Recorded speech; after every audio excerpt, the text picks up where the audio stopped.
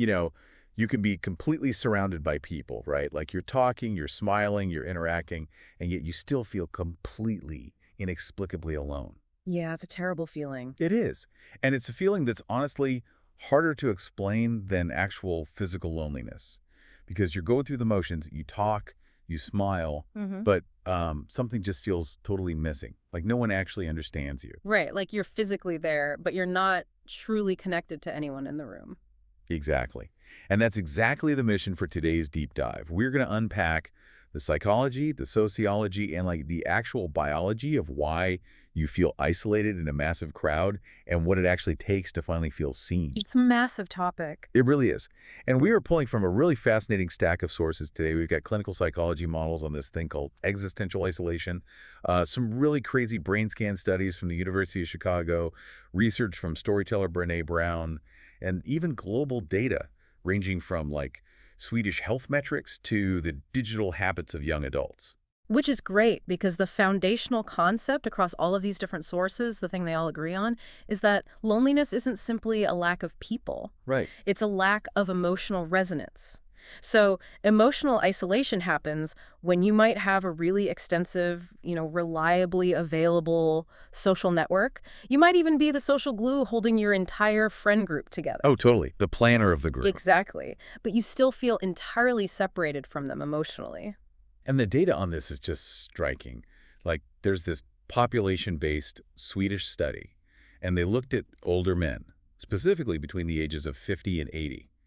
And they found that 1 in 5 of these men are emotionally isolated, meaning they have absolutely no one to confide in. Yeah, 1 in 5. Yeah, that's 20%.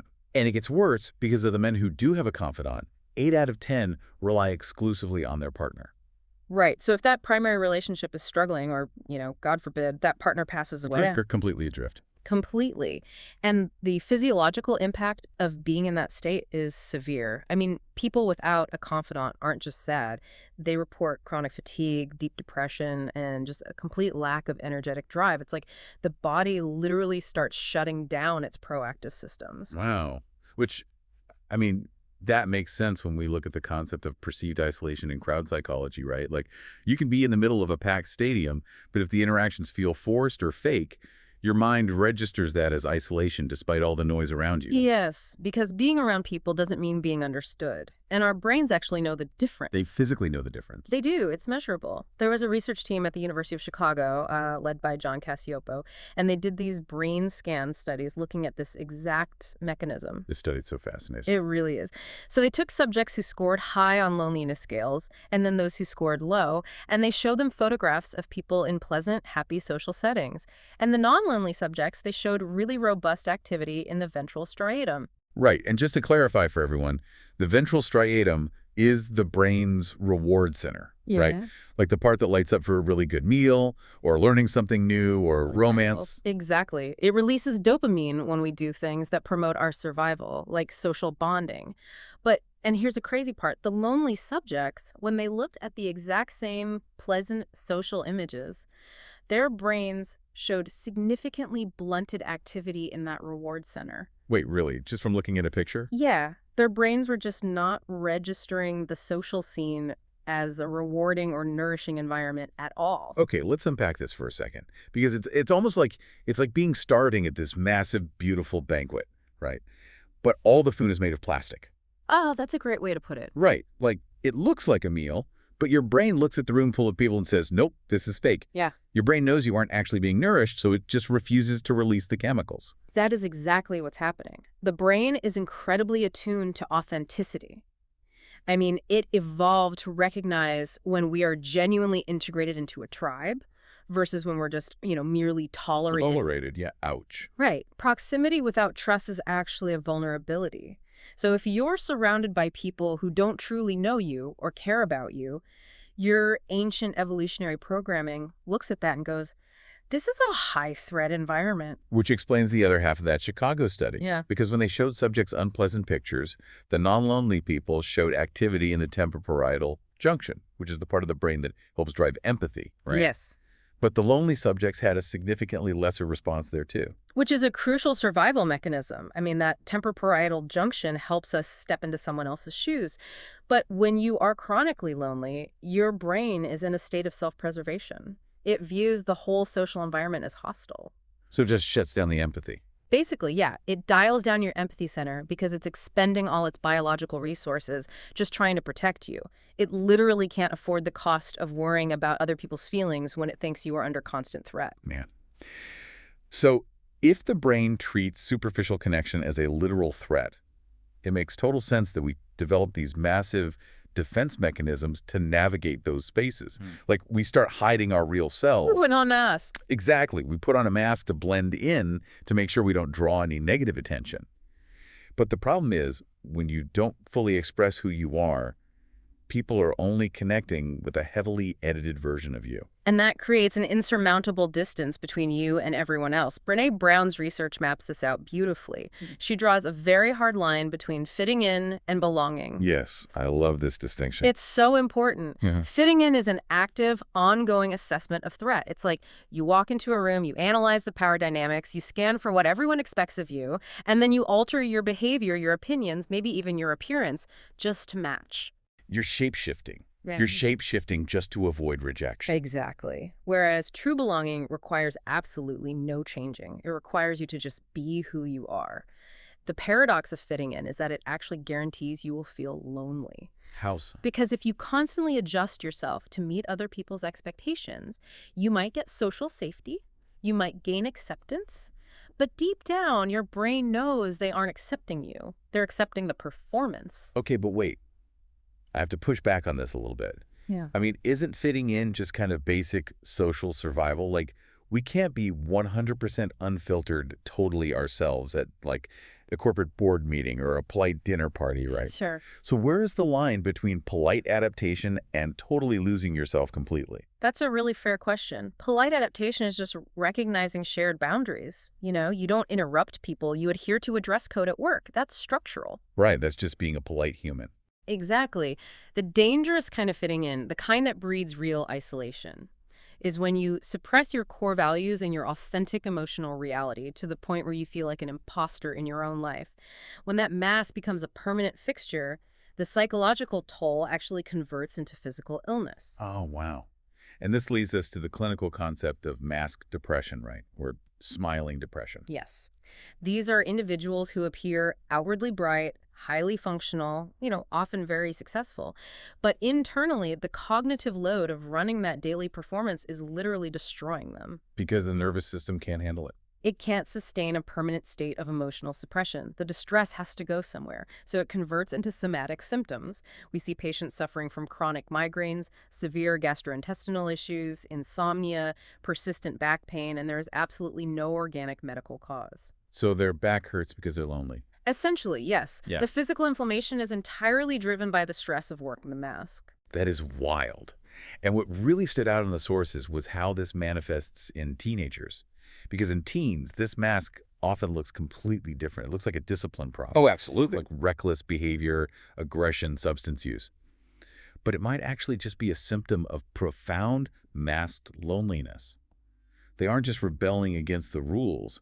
They're suffocating from the performance and self-medicating to cope with the exhaustion of not being truly known. It's a desperate attempt to break the tension of the mask. As And unfortunately, modern society has built massive, inescapable infrastructures that actively reward the performance while punishing the authenticity. oh, you mean the digital illusion of connection? The ultimate plastic food banquet. Yes. I mean, we spend an average of 7 hours a day looking at screens. It's just a constant stream of curated masks, interacting with other curated masks, all optimized for shallow engagement. And the data on the fallout from this is very clear. There was a study focusing on 16 to 24-year-olds from Familio.com, and it revealed that 41% feel social media has directly led them to experience more isolation. 41%. Almost half of them feel more alone because of the app literally designed to connect them. Right, they have unprecedented access to communication, yet they feel completely disconnected. And the broader Cigna 2025 survey supports this on a national scale, too. It shows 57% of Americans report feeling lonely. 57. That's well over half the country. And the 18 to 34 demographic is carrying the heaviest burden of that. Which makes sense.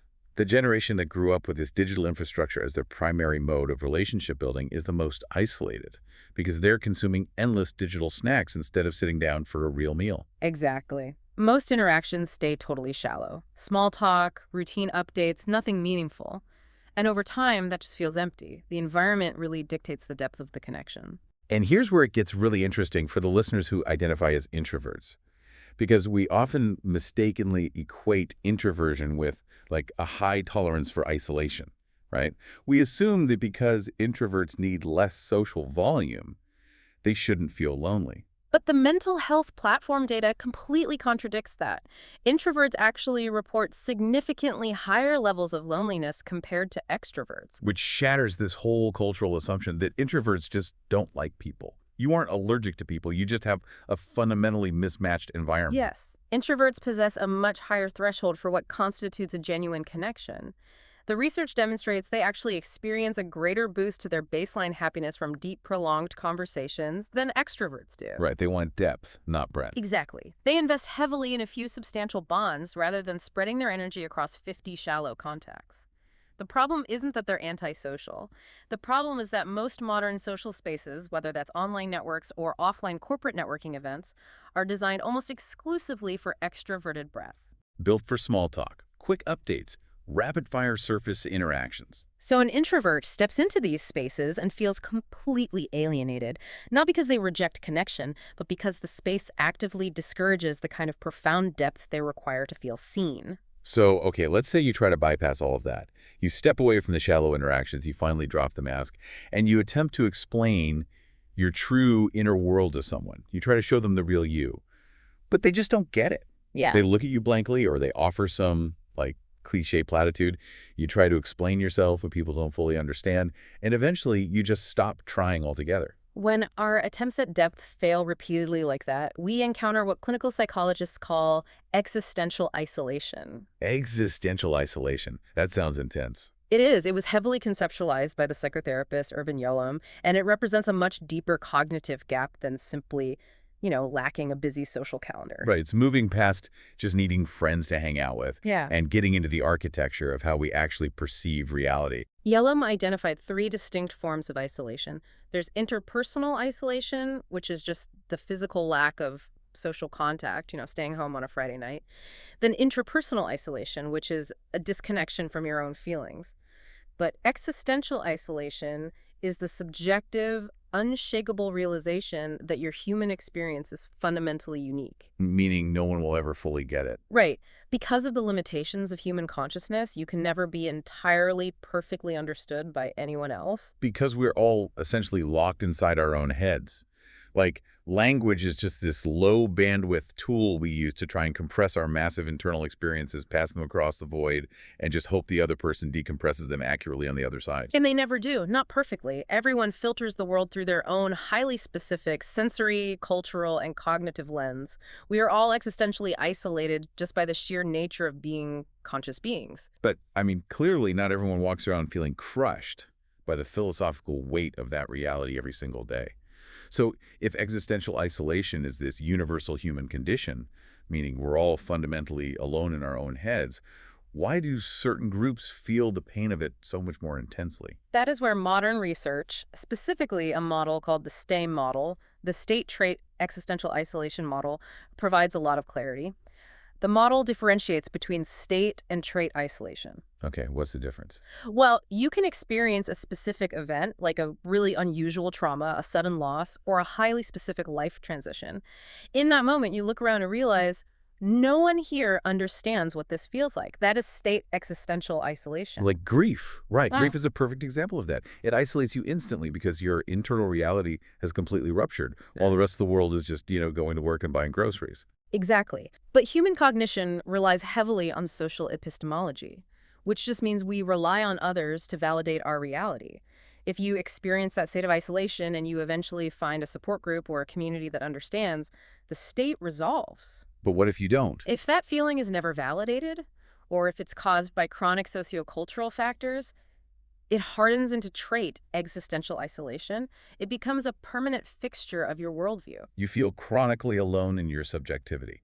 And the demographic data here shows some really clear structural patterns in who is most vulnerable to this. Like, men consistently score higher in existential isolation than women. Why is that? Sociologists link this directly to cultural conditioning. Women are frequently socialized within frameworks of communal values, things that emphasize interdependence, emotional sharing, and group orientation. Right. And men. Men are disproportionately socialized with agentic values, independence, stoicism, self-reliance, being the uncomplaining provider. So if you are taught from childhood that you have to be this self-reliant island, you naturally internalize the belief that your inner world cannot and honestly shouldn't be shared or understood. Precisely. And we see this mirrored on a macro level, too, when comparing individualistic cultures like the US or Western Europe to collectivist cultures that prioritize community support networks. Individualism just breeds a higher baseline of existential isolation. The sources also point out how heavily this impacts stigmatized or non-normative groups. Like, just as involved populations people with a history of incarceration, they face an enormous societal stigma that forces them into the margins. Absolutely. And minority groups, LGBTQ plus individuals, and neurodivergent people, specifically autistic individuals, they all report significantly higher levels of this isolation. Right, because if you belong to a normative majority, you see reflections of your own internal experience everywhere you look.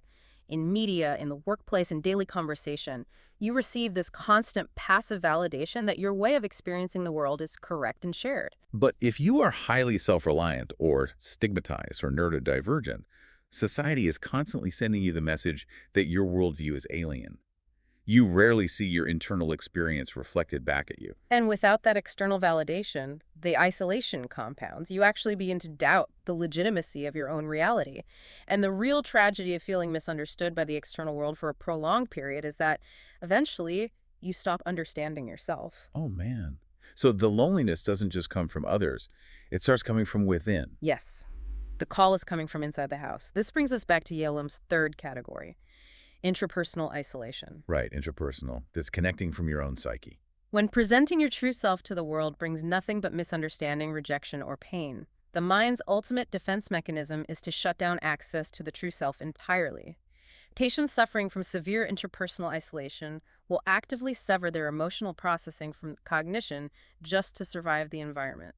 Meaning, they are completely aware of what they're doing on a logical level, but they have entirely detached from how they feel about it.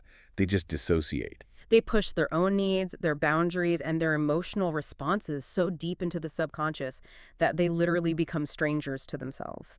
And this is the ultimate trap, because when you don't fully understand yourself, genuine connection with anyone else becomes an absolute impossibility. Because you can't share an internal world that you no longer even have access to. Exactly. And we really have to address the biological reality of what this level of chronic isolation does to the human body.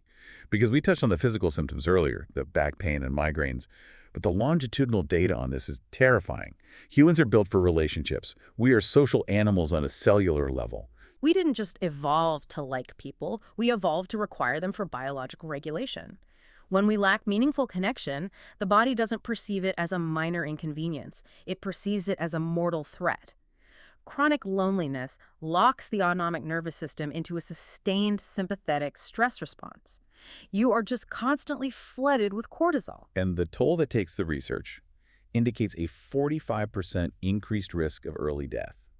45%. It suppresses the immune system, it dramatically increases systemic inflammation, and it significantly raises the risk of cardiovascular disease. Clinical researchers actually compared the physiological damage of chronic loneliness to smoking 15 cigarettes a day. 15 cigarettes a day. Right. That is, we physically cannot survive in a state of profound emotional isolation. No, we can't. So the mandate is pretty clear. We have to break the cycle. But okay, if putting on a mask makes us sick and taking off the mask leaves us vulnerable to being existentially misunderstood, how do we actually navigate out of this isolation? What do we do? It has to start internally. It maps right back to Brené Brown's framework. The very first step, the prerequisite to true belonging, is self-acceptance. Self-acceptance. You cannot belong anywhere in the external world until you accept your own internal reality. If you are highly sensitive, you have to accept that sensitivity. If you are introverted, you have to embrace your quiet nature rather than fighting it. because your capacity for belonging can never exceed your capacity for self-acceptance. Exactly. You must cure the intrapersonal isolation first. Reconnect with your own psychological baseline. Acknowledge your emotions without judging them through the lens of what society expects from you. Okay, but practically speaking, in the real world, how do we apply this? Because honestly, the common advice of just put yourself out there more, that is terrible advice if you are continually putting yourself in environments that demand a mask. It is terrible advice. The actual intervention is changing the context you place yourself in. You have to audit your environments. For introverts or neurodivergent individuals who find real-time social performance exhausting, this might mean leaning heavily into asynchronous communication. Like what? Shifting away from rapid-fire group chats or loud parties and maybe utilizing voice notes or long-form emails or texts. Yes, methods of communication that grant you the autonomy to process information and respond when your cognitive battery is actually charged. It removes the pressure of the immediate performance and allows for actual thoughtfulness. It lets you maintain a connection without the guilt of feeling socially inadequate in real time. So it's really about seeking out or aggressively curating spaces that are actually designed for depth. Like, if the loud networking event makes you feel alienated, just stop going. Look for environments where meaningful exchange is the foundational rule. Like book clubs where ideas are actually debated, or creative workshops, or specialized interest value-based communities. Right, there are platforms now built entirely around connecting people based on deep psychological compatibility, rather than just swiping on a curated photo. If every social space you currently occupy rewards breadth and superficiality over depth, you cannot heal your loneliness by trying harder in those spaces. You have to relocate your energy to spaces that reward authenticity. So what this all really means is that fixing loneliness isn't about collecting more superficial contacts.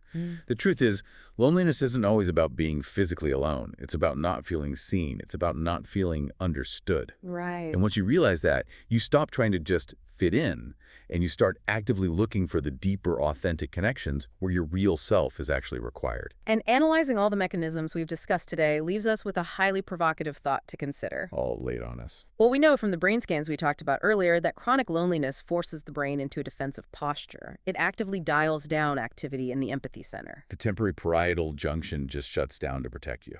Exactly. So we have to grapple with the reality that feeling profoundly misunderstood for a long period of time might actually make us less capable of understanding others. The isolation creates a self-fulfilling neurobiological loop. Wow, that is a staggering implication. The longer you go without being understood, the harder it becomes for your brain to understand anyone else. Which means breaking the cycle might require an active override of our own defensive instincts. The next time you are in a crowd feeling completely alienated and unseen, the first step, the most effective way to break out of your own isolation, might simply be trying to truly understand the person standing next to you. Oh, wow. Offering the empathy that you so desperately need yourself. Because the next time you're surrounded by people talking, smiling, interacting, and you feel that inexplicably lonely ache, you have to remember that the person standing right next to you might be trapped behind their own mask too. They might be feeling the exact same way, waiting for someone to see past the performance, waiting for someone to finally offer them a real connection instead of just the plastic food.